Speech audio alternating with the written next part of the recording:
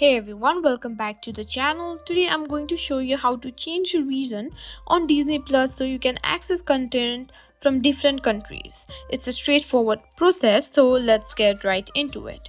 First, open the Disney Plus app or go to the Disney Plus website. Now make sure you're logged into your account. Next, navigate to your account settings. On the Disney Plus website, you'll usually find this by clicking on your profile picture in the top right corner.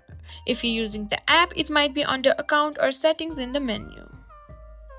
In the account settings, look for an option like profile and parental controls and click on it. Now select the profile you want to change the region for. If you have multiple profiles, make sure you're selecting the right one. Look for an option that says something like region or country. Click on it to edit. You'll see a drop-down menu where you can select the new region you want to switch to. Choose the country whose Disney Plus library you want to access. After selecting the new region, make sure to save your changes.